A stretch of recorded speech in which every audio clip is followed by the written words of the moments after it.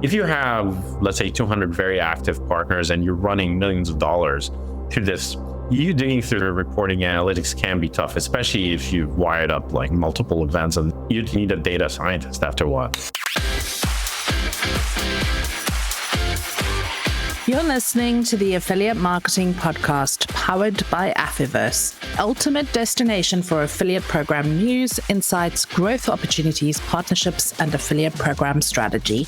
Whether you're an advertiser, publisher, platform partner, agency, or entrepreneur, we've got the tools, trends, thought leaders invited here to help you to thrive in the fast-changing digital economy.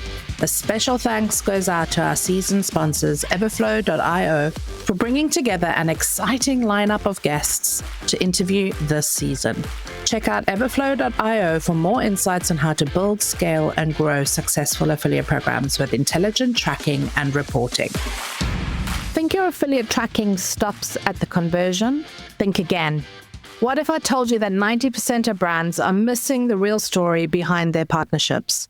The moments that happen after the scale that actually determines profitability. Today, we're diving into the data revolution that's transforming how smart marketers track, optimize, and scale their affiliate programs. And I'm joined by Sam Darwish, the CEO and co-founder of Everflow, the man who's been in the affiliate trenches for over 20 years and has built the tracking technology that's powering some of the industry's biggest success stories. Ever wondered why some brands can manage 30,000 influencers while others struggle with just 30? Well, Sam's going to reveal the secret sauce. We're exploring everything from cohort analysis that uncovers hidden profit margins to why that affiliate revenue driving low initial conversions might actually be your most valuable partner. Plus, Sam's dropping some serious intel on emerging verticals, from GLP-1 weight loss trends to the gold rush happening in retirement investing. Whether you're drowning in data or starving for insights, this episode will change how you think about every moment in your affiliate journey.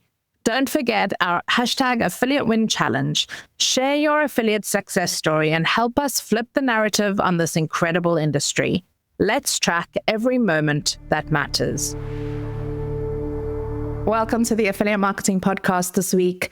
And today I'm really excited and also just a little bit nervous to speak to Sam Darwish, who is the CEO and co-founder of Everflow.io.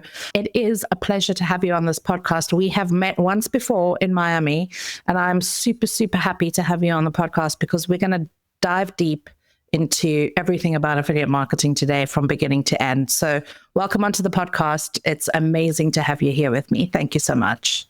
Yeah, thank you, Leanne, for having me. It's a pleasure to join you, and it was a pleasure to meet you a couple of weeks ago as well.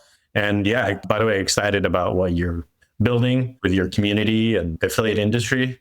Needed something like this, and I think you're doing a great job. Thank you so much. All right, so as is with tradition on this podcast, we ask every guest, how did you get into affiliate marketing? And you are no different. You're going to take the same path as we head forward here. So tell us what inspired you to launch Everflow, but also tell us the story of how you first got into affiliate marketing. I've been in affiliate marketing for over 20 years now, which seems like a lifetime in this industry. I'm based in the San Francisco Bay Area. So my first job in affiliate marketing was for a company called Advertise, which this is circa 2004. Now, some of you listening, that was like around about the time when you were born. We are getting younger and younger talent into this industry. But at that time, the things like lead generation were just starting. I mean, the internet was fairly new. So the things like lead generation, things like incentive paths, offers, all that stuff. So Advertise was a pretty big company in San Francisco that was really the tip of the spear on that stuff. And I started with mortgage lead generation, actually. And at the time, the US was going through this massive mortgage boom. This is pre-financial crisis. I learned everything about the industry there, just really online, selling into mortgage companies. And then we also did some other verticals like education and home services. And after that experience in 2008, 2009, when the iPhone came out, my two co-founders, we started a company called Moolah Media, which they were from the phone world, from the communications world. And they were like, okay, we see what you're doing in the online world. Can we do that on mobile phones? So we created a company called Moolah Media, which was the first mobile affiliate network. And this is in San Francisco in 2009. And things like cost per install were starting to become a thing, and we innovated around that. And then we sold that company to Opera, which is the browser company, 2013. Opera, the reason why they bought us is they are very popular on mobile phones, and we were a way to monetize that. So we stayed there 3 years. And then we had our own technology because the platforms didn't support mobile. We had to develop our own. And when we were done with Opera in 2016, we were like, okay, we can either go create another network or we can focus on the SaaS technology side. And we felt the technology side was more interesting just because over the years, we've seen the developed an affiliate. And affiliate, I would say the first 10 years was viewed as like this shady, weird channel, but it was performance marketing. And I always believed that this is actually the future. Like I always believe this is the right way that people should advertise. This is the right way that people should acquire customers from both kind of the audience publisher side as well as the advertiser side. So with Everflow, we wanted to really focus on the technology side. We saw that, again, performance marketing affiliates, we thought was going to mature more as an industry. We also started seeing like influencers coming on board. And we're like, okay, let's build the best technology for that.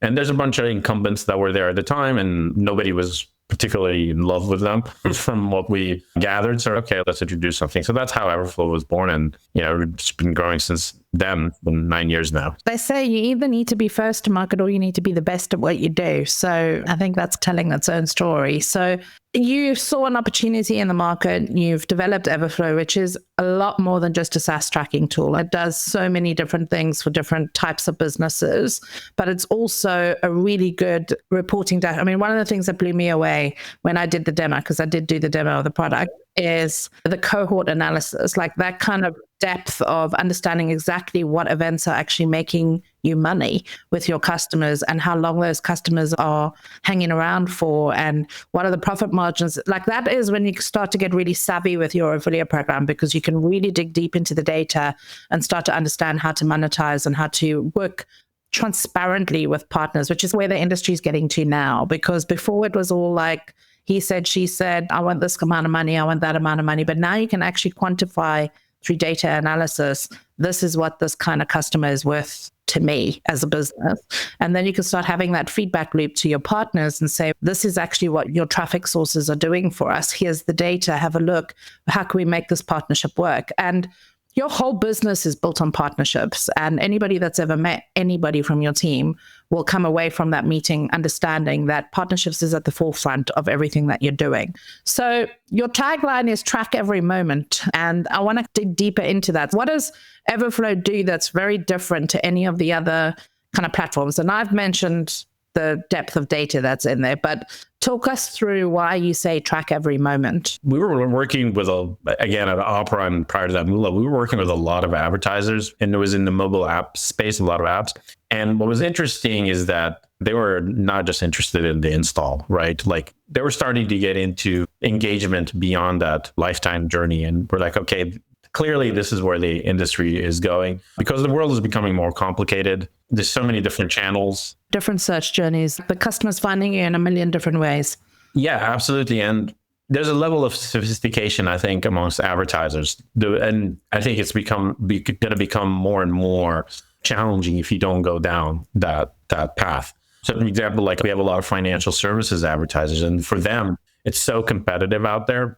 Well, the margins are tough. They've got to make profit on everything that they're bringing in.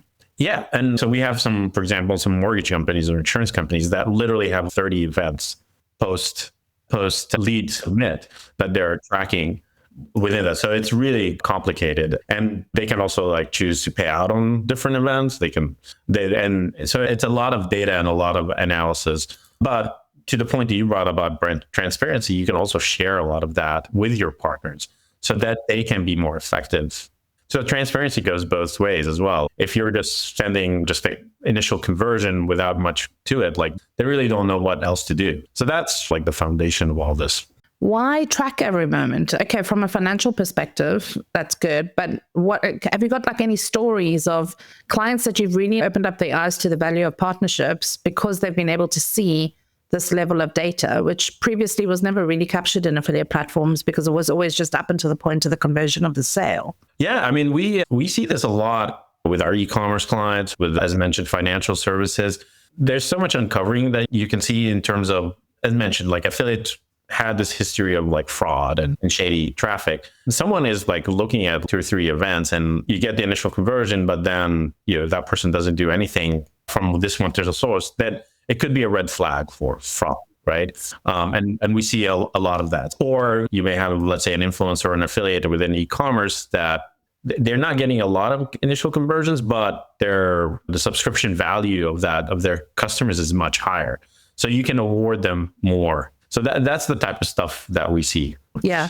So you see a lot of improvement, because let's talk about the life cycle of an affiliate program. When you're starting out and you've just launched a partner program, you want the tech to be able to onboard really easily. You want your tech to automate your payments, because as you start adding affiliates, it becomes a bit of a nightmare to make individual payments. You want the platform to be able to track which campaigns, which offers, which creative is working. And then you start getting into the stuff that you're talking about now. So like maybe 6 months in, 9 months in, a year in, if you're lucky, your program is starting to mature. You're starting to get maybe 100, 1,000 affiliates, depending on how busy you are in the first 6 months and whether you hire an agency to help you with that or not. Shameless plug. But you don't start looking at this kind of like level of detail when you're looking for a tracking solution, like when you're looking to actually launch an affiliate program. And a lot of companies will go to networks first because they can rent the kind of affiliate relationships that are in the networks, which is a good way to start. But when you start getting to the point of, I want to scale, I want to get really competitive, I want to own my relationships, that's when you start looking at a solution like Everflow. Yeah. And that's what we typically see. In fact, we do send some people hey, go work at CJ or Carousel, wherever. I think the time frame that you've outlined is actually pretty accurate. Like within like a year, if they've really started scaling, like we do find that they want to bring it in-house, even if they're using an agency. Well, even more so if they're using an agency, because you probably find the agencies using you as well to automate all of their reports too. Yeah, ultimately the agencies are also users, right? And we have a lot of clients that it's managed by both the agency, because what we also find, unfortunately, in this industry, and we're trying to change that as well, is that it's severely under-resourced, I think. And I think some of the stuff that you're working on is helping that from an education standpoint. But that's really where we find a lot of challenges, that a lot of brands, they'll stick to, okay, I'm doing media buying and this, and that's pretty straightforward. But affiliate might be driving like 20, 30% of user acquisition with like 2 people, right? Yeah, affiliate manager role is a big job. It is a big job, but I think that good role is going to continue to grow.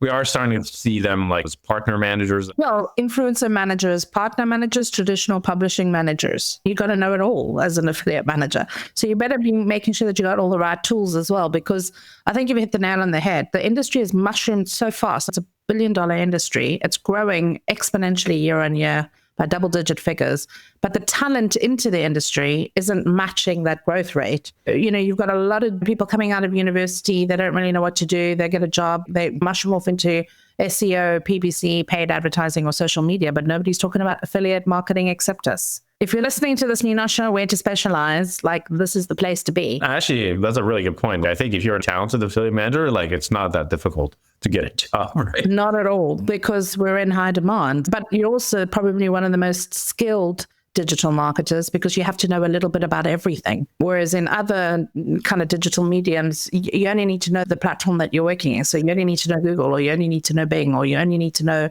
Meta, whereas us, we have to know all of it. I actually think it's also more fun, right? And in some ways, right? Like with Google, yes, you put up your campaigns, you got to optimize or whatever. But here we really you have to have relationships with multiple partners. You're looking at the data. You have to be more analytic. But that's a big focus for us as well. When we work with like some of the customers, we also spend a lot of time. It's not just selling to them. A lot of them will have different ideas on what CPA or CPS they should do. And we're like, okay, the market is like this, and you should do it more that way. So there's a lot of education, but I'm pretty bullish about the industry, though. I think this is kind of the path forward. And in a more uncertain world, in terms of, let's say, economic uncertainty, this is a very ROI positive channel, right? Yeah, pay on performance. Who doesn't like to get upfront for free and then pay later, or buy now, pay later, whatever?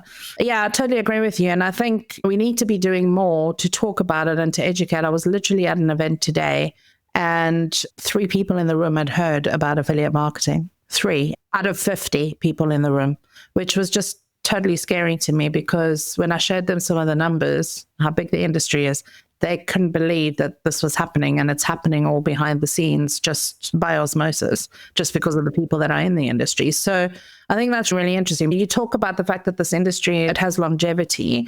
What are your thoughts around that in relation to AI, and how are you guys approaching AI and looking at AI, not only within the platform, but just within the industry as a whole? Yeah, I think we're starting to look at that. So we use Google Cloud as our backend. We have good relations with Google, and we're starting to plug into like Gemini and all the models. The engineering team obviously explores all that on our end, but there's definitely a lot of interesting use cases with UI. Some of the stuff we're starting to see is with, for example, a lot of the influencers, right? Matching kind of the creatives to the influencer's tone. And if you have 20,000 influencers, you're not going to do that manually. But also to the point you were talking about earlier with reporting and analytics, if you have, let's say, 200 partners, which is not a huge number, let's say 200 very active partners, and you're running millions of dollars through this, you digging through the reporting analytics can be tough, especially if you've wired up like multiple events, and it just becomes, you need a data scientist after a while. It's on our roadmap to add these kind of insights. What are my top 3 affiliates in this geo? Questions that you can easily get an answer to rather than like having to dig the data. Obviously, you have to have the data there, but I think the AI can help with a lot of that. It's funny you should mention that, because a lot of the time when I train affiliate managers, like you can immediately tell who's a great relationship builder and who's a great like numbers person, and both personalities are required in this industry. It's very rare that you find somebody that can do both well. And when you find those types of affiliate managers, you want to hold on to them and really nurture them well. So I think AI is actually going to enable more people to come into the industry, because it's going to help like the shortcomings, because not everybody's perfect in every way, shape, and form. I'm quite lucky that I can look at numbers and also do the relationship building. And I think you're going to start to find the affiliate manager role is going to have to also specialize. So you're either going to be a relationship builder on the sales side of the team, or you're going to be on the ops side of the team, because it's almost impossible now for one affiliate manager to run an entire program with 250 active partners. There's just too much going on. And that's why the tech needs to be able to keep up with the demand and actually make that resource efficient and cost efficient. And I think that's where I see Everflow making that happen, like looking at how can we make the job of an affiliate manager easier? How can we automate some of those processes? How can we provide some of that information that you don't even know that you need yet? And I keep harping on about the cohort analysis because it really is cool. And when you look at that data, it tells a different story, because when you flatline data and look at it the same way every week, you're not picking up on different nuances of what's happening behind the scenes and or getting in there early to actually pick out those gems. Because a lot of people, they focus on the 20% of affiliates that deliver 80% of the volume. But actually, if you start nurturing the 80% of that long tail and picking out a diamond every quarter, it makes a huge impact to your program growth. Oh, 100%.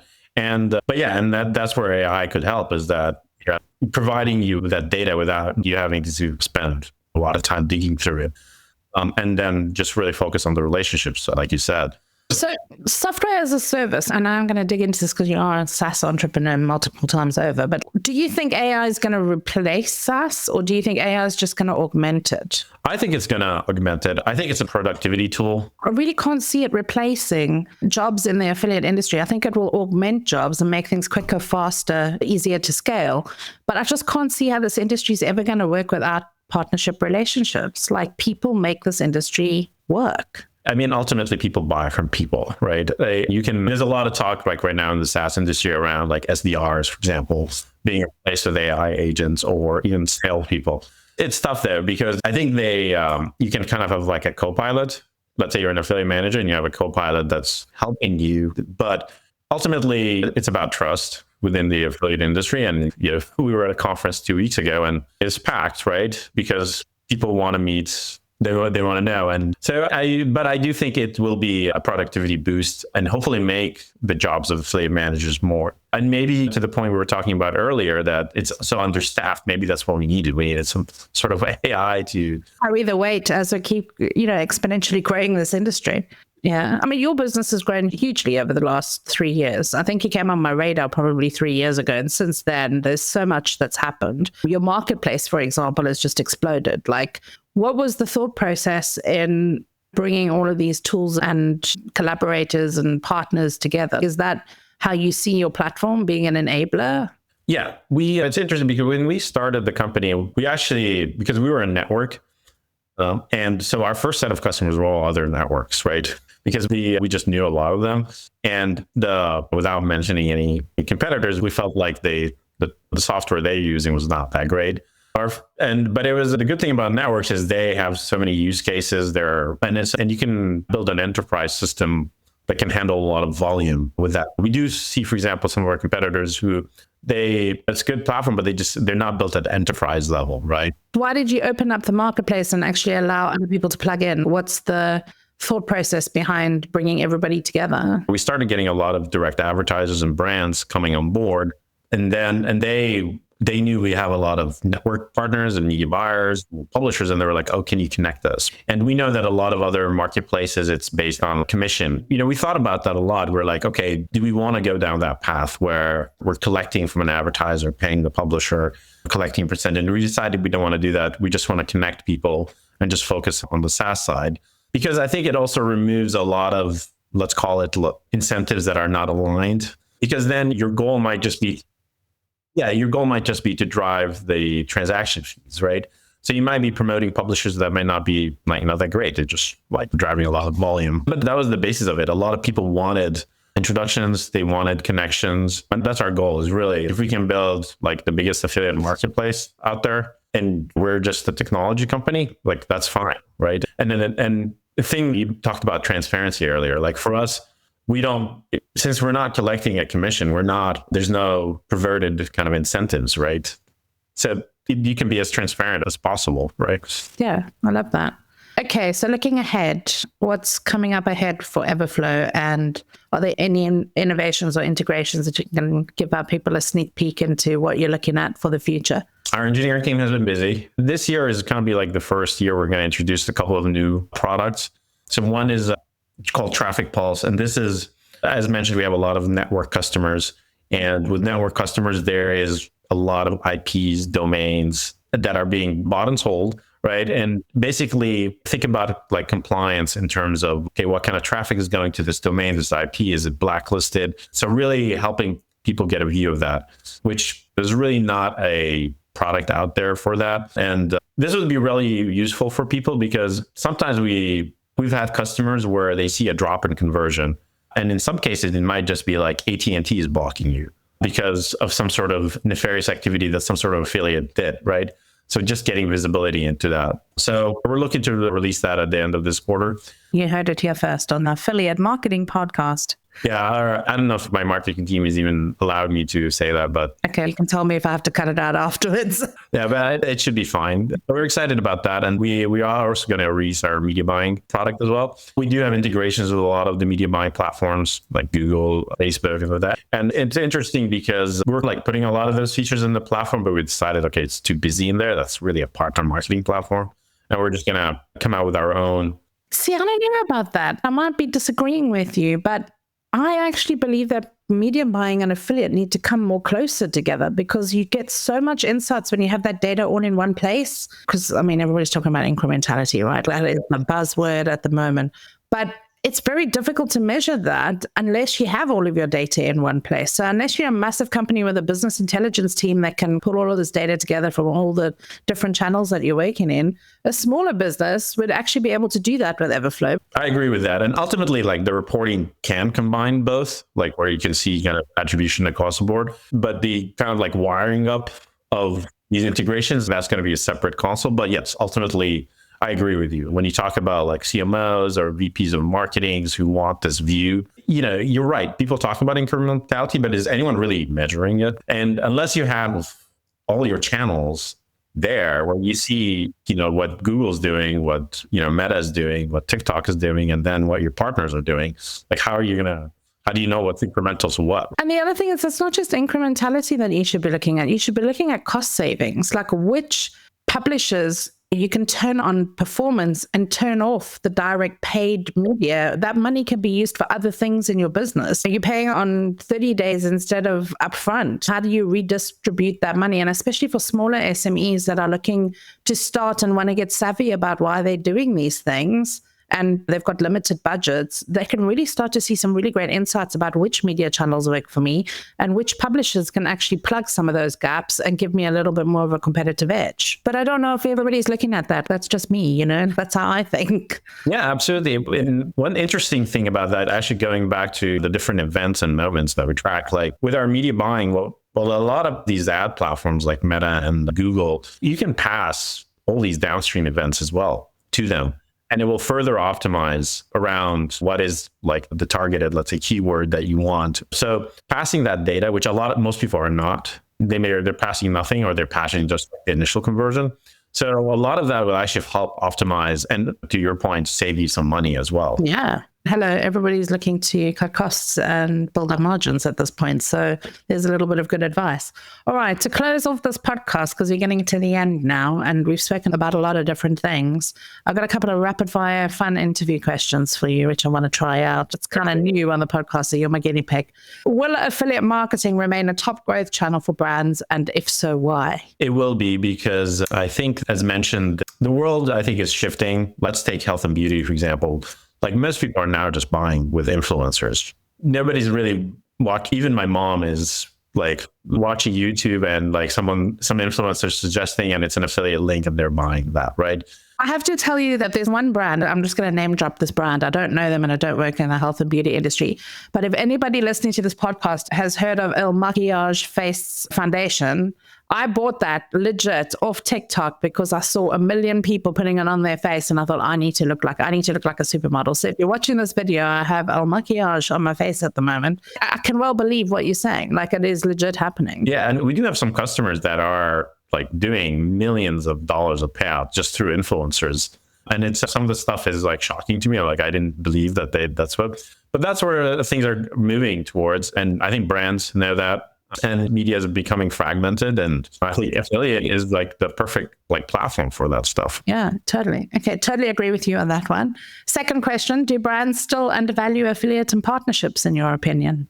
I think they do, and that in the amount of resources they're putting towards it. I do think it's starting to shift. Like, every brand, I would say, now has a partner manager, which I don't think was the case 5 years ago. Yeah. For sure. I'm constantly getting contacted on LinkedIn. Would you like to be this person's affiliate manager? Oh, maybe 5 years ago, yes. Okay. Are coupon and cashback affiliates still relevant today? I think so. I would say less relevant. And there's definitely a lot of good use cases. But with technology like Everflow, where you're seeing where attribution is coming from, like, I think you have more control, right? Let's say we have talked to, for example, some retailers that maybe they really just need to get rid of their inventory. Best place to do it. Time and place. Everything has a relevance in the time and place that it's needed. Should platforms teach strategy, not just offer tools? Absolutely. We run into that all the time. We'll get a brand coming in. They're super excited. We're like, yeah, you guys, this is not going to work. Your, let's say, CPA is too low. Because we also have insight into what some other competitors are doing, right? And be like, okay, like, you have a competitor this is what their landing page looks like. This is how much they're paying out. With anything that's complicated and that's going to scale, like, I think you need to do that, right? Nothing just starts off and blasts away. So you have to set expectations too. 100% agree with that. So has the data and insights from your own platform actually fundamentally changed the way you view affiliate marketing? Because you've just said it, you've got access to a lot of data in your platform. Have you ever seen anything that's gone, yeah, this brand is nailing it. This is how affiliates should be run? Affiliate marketers are optimizing towards what's converting, right? I would say in the last 6 months, we just saw an explosion of GLP-1 weight loss. Interestingly, 90% of women are buying that, which is, I guess, it's not surprising. And some of them don't need it, but it just shows how such a strong category that is. Tell Darren that I've come up with an idea. He should do a white paper or something on crazy affiliate stats, like big trends or something like that happened in the last 6 months. It would be quite interesting just to read stuff like that. Yeah, I'll give you another example. So a year or so ago, we started seeing a lot of the gold guys come in. At least maybe this is more in the US, but basically people converting their retirement accounts into gold. This was driven a lot by like inflation and people thinking that their like currency is going to lose value. And gold has been just shooting up in value over the last year. And we were just seeing it in just gold advertisements, right? Yeah, influencing behaviors almost. Have you worked with a partner who redefined what the word partnerships means to you? It's a good question. I mentioned this earlier, but I do think a lot of the e-commerce guys, that how they're doing it with influencers is very interesting. We have one client, they're just working with maybe like thousands of influencers. And to me, I didn't think that was possible to manage all that, like literally like 20,000, 30,000 influencers, but they're able to do it, right? And I think influencer, interestingly, like I think 2-3 years ago was everybody just wanted to pay upfront. But now I think there's become a shift in the industry. They're also realizing they're actually making more money if it's performance-based, right? Yeah. And I think advocacy as well. Like I had a client that I actually met in Miami. They're seeing massive uplift just by converting their own customers into affiliates for them. It's mad. Is transparency more important in affiliate than results? I think you have to start with the results first, but transparency is super important as well, right? Okay, it's a close second. All right. Would you ever move out of working in affiliate marketing? Not right now, no. One thing about affiliate marketing, I got to say, is that it's never boring, right? And you need to have a certain degree of ADHD to keep up with it because it is changing so fast all the time. Okay, so what will affiliate marketing look like in 50 years? Do you think it will still exist? Hopefully it still exists, but I think the world is going to be very different. But I don't know about 50 years, but I think for sure in the next 5-10 years it'll be around. And I think it'll just continue to evolve. Yeah. That's the moral of our story, which is affiliate marketing is not just about one moment, it's about all the moments. So it's been an absolute pleasure to have you on the podcast with me today, just talking a little bit about your viewpoint on where affiliate is headed, what you're doing at Everflow, and why tracking everything other than just the last moment is so important. And now you can. So it's been a pleasure to have you on the podcast. Thank you so much for being here with me, Sam. And I've absolutely loved every minute of this conversation. Thank you, Leanne. I really enjoyed it as well. And I look forward to continuing to work with you and talk to you. And hopefully your team continues to grow as well. Thank you. The Elevate Summit 2025 is here. Just join us on July 15th and 16th for the premier affiliate and digital marketing event this summer. This year, we're focusing on traffic, where innovation meets inspiration, and we're helping SME brands and affiliates to scale. Elevate is more than just another summit or affiliate conference. It's a transformative experience designed by industry veterans for those ready to embrace the future of performance marketing to grow their businesses. Connect with forward thinkers, affiliate pioneers, SaaS tools, and decision makers as you engage with cutting-edge strategies, immersive masterclasses, and strategic networking opportunities. Whether you're a seasoned pro or a budding SME entrepreneur, Elevate offers insights, tools, and connections to revolutionize your approach to bringing more sales into your business. Don't miss your chance to be a part of this dynamic community. Visit affiversemedia.com, click the Elevate button, and book your conference ticket to find out about our sponsorship and speaker opportunities today.